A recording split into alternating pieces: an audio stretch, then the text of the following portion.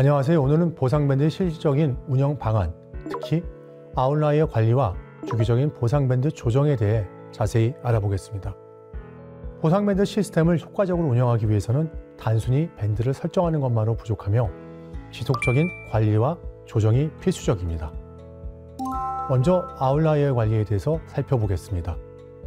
아웃라이어는 보상밴드의 상한 또는 하한을 벗어나는 직원을 의미하며 이들을 어떻게 관리하느냐에 따라서 보상 체계의 공정성과 효율성이 크게 달라집니다. 아웃라이어를 명확히 식별하고 전략적으로 관리함으로써 고성과자에 대한 인정과 동시에 저성과자에 대한 동기부여를 강화하는 것을 목표로 합니다. 아웃라이어는 크게 상한 초과자와 하한 미달자로 나눌 수 있으며 각 유형별로 다른 관리 방안이 필요합니다. 상한 초과자는 크게 4가지 유형으로 분류할 수 있습니다. 우선 지속적 고성과자로 이들은 지속적으로 탁월한 성과를 내는 인재들입니다. 이들의 경우 상위 직급으로의 승진을 우선적으로 검토하여 보상 밴드 내로 이동시키는 것이 좋습니다. 승진이 어려운 경우에는 임금 인상은 제한적으로 허용하되 상한 초과분에 대해서는 일시금이나 스탁옵션 같은 다른 형태의 보상으로 성과를 인정하는 방안을 고려할 수 있습니다. 경력직 외부 채용자는 경력직으로 입사하여 기존 보상 밴드 상한을 초과하는 경우입니다. 이들의 경우에도 상위 직급으로의 승진 여부를 검토해야 하며 승진이 어려운 경우에는 해당 직급 내에서 개별적인 보상 관리를 통해 적절한 보상을 제공해야 합니다. 다음은 직급 장기 체류자가 있습니다. 현재 직급에 장기간 체류하면서 상한을 초과하는 경우입니다. 이는 승진 누락으로 인한 문제일 수도 있으므로 상위 직급으로의 승진 가능성을 검토해야 합니다. 하지만 저성과자인 경우에는 임금 인상을 제한해야 합니다. 고보상 저성과자란 높은 보상을 받고 있지만 성과가 저조한 경우입니다.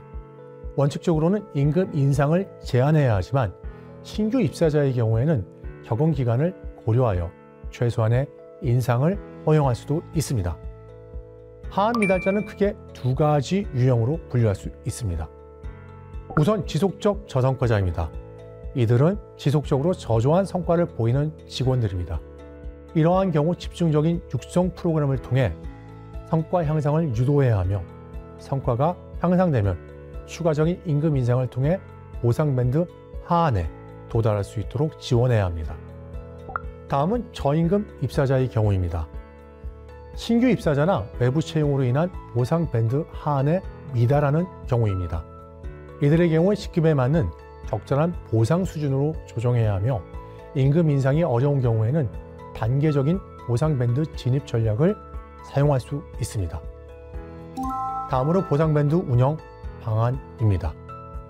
보상밴드는 상한, 하한, 그리고 보상 정책선을 기준으로 운영되어야 하며 2-3년 주기로 지속적인 조정을 통해 실효성을 확보해야 합니다. 조정 시에는 최저임금 인상, 물가 상승률, 시장임금 수준 등을 종합적으로 고려해야 합니다. 우선 보상밴드의 상한 도달 구성원에 대한 보상 상환 관리 방안입니다. 우수 성과자는 상한 도달 시 추가적인 보상 상승 여력을 제공하기 위한 승진 가능성을 검토해야 합니다. 저성과자의 경우에는 상한 도달 시 추가적인 보상 인상을 억제하고 보다 엄격한 관리 방안을 적용해야 합니다. 다음으로는 하한에 미달하는 구성원의 보상 관리 방안입니다.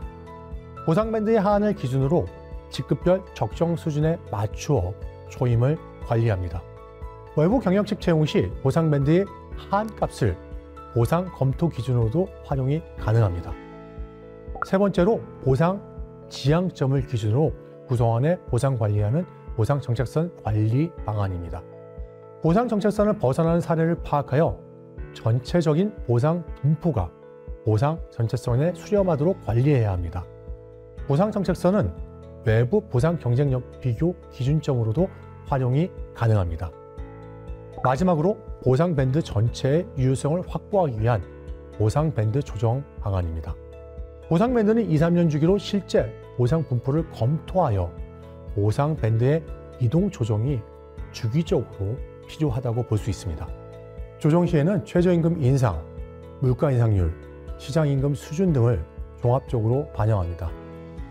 보상밴드 조정 사유가 발생하는 원인으로 크게 다음과 같은 4가지 경우를 들 수 있습니다. 아웃라이어가 현격하게 증가할 경우 구성원 상당수의 보상 분포가 보상 밴드를 크게 벗어나거나 상위 구간에 과도하게 밀집되는 경우 보상 밴드의 조정이 필요합니다. 외부 보상 수준이 향상될 경우 시장 보상 수준 증가에 따른 대외 보상 경쟁력 하락으로 인재 확보가 어렵거나 인력 이탈이 증가하는 경우 역시 보상 밴드의 조정이 필요합니다. 내부 인력 운영 전략이 변경될 경우 사업 전략상 중요한 직무 또는 역할에 대한 보상 전략의 변화가 필요할 경우에도 보상 밴드 조정이 이루어져야 합니다. 외부 경영 환경 변화에 대한 반영이 필요할 경우입니다. 최저임금 인상, 물가 상승률 변동폭 증가 등 정부 정책에 따라 임금 조정이 필요한 경우에도 보상 밴드의 조정을 실시해야 합니다. 보상 밴드는 단순히 임금 체계가 아니라 회사의 인재관리 전략과 밀접하게 연관되어 있습니다. 따라서 체계적인 관리와 주기적인 검토를 통해 항상 최적의 상태를 유지하도록 노력해야 합니다.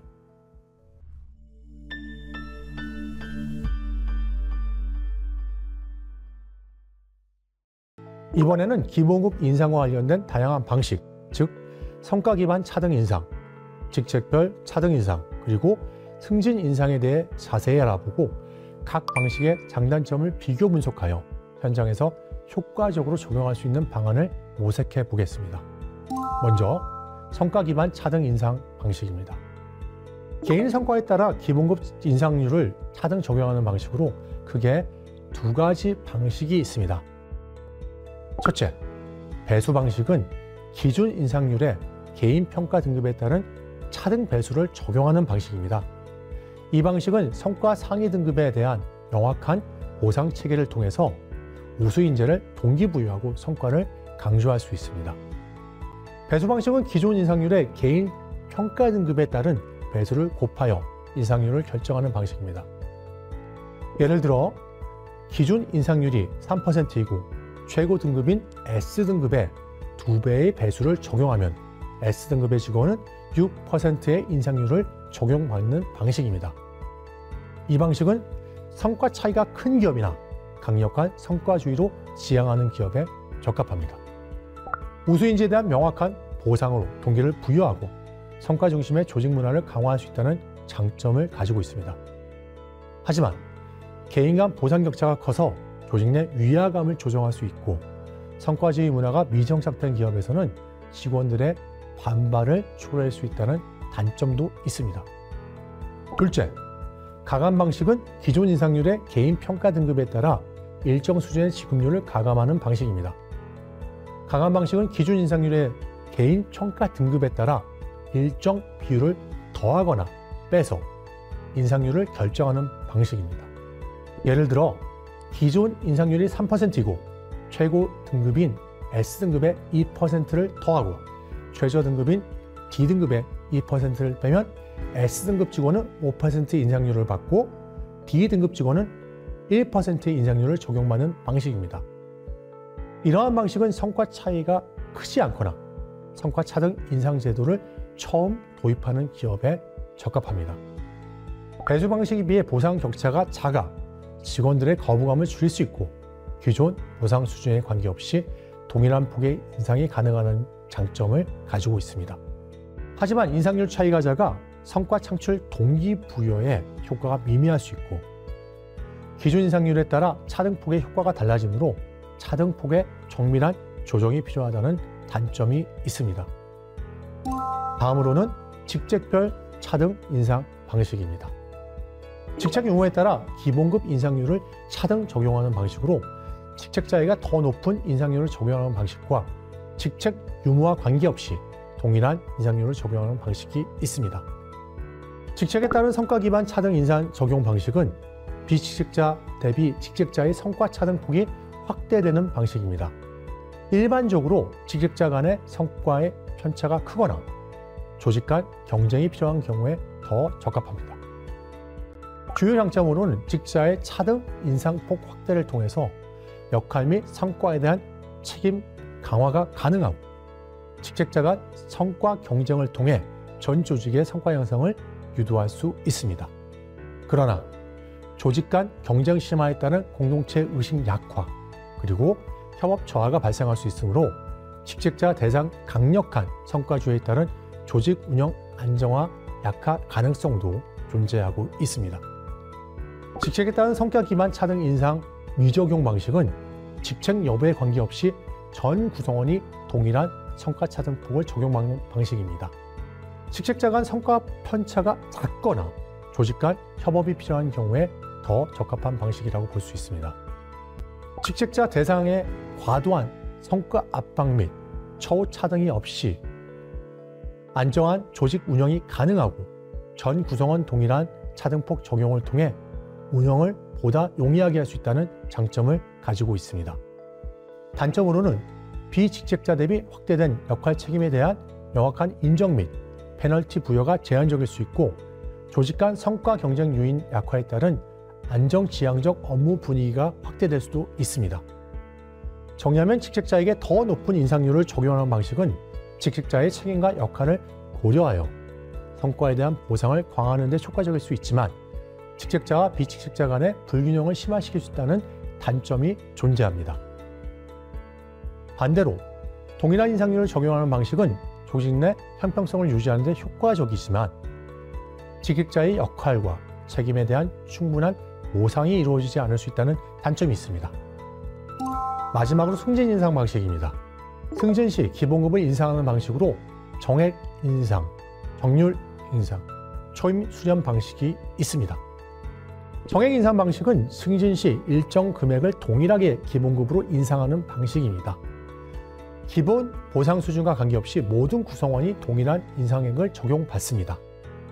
구성원 개인의 현 보상 수준에 관계없이 승진 전후 개인에 따른 인상액 차이가 존재하지 않아 간결하고 명확한 운영이 가능하며 인건비 예측 가능성이 상대적으로 높아진다는 장점이 있습니다.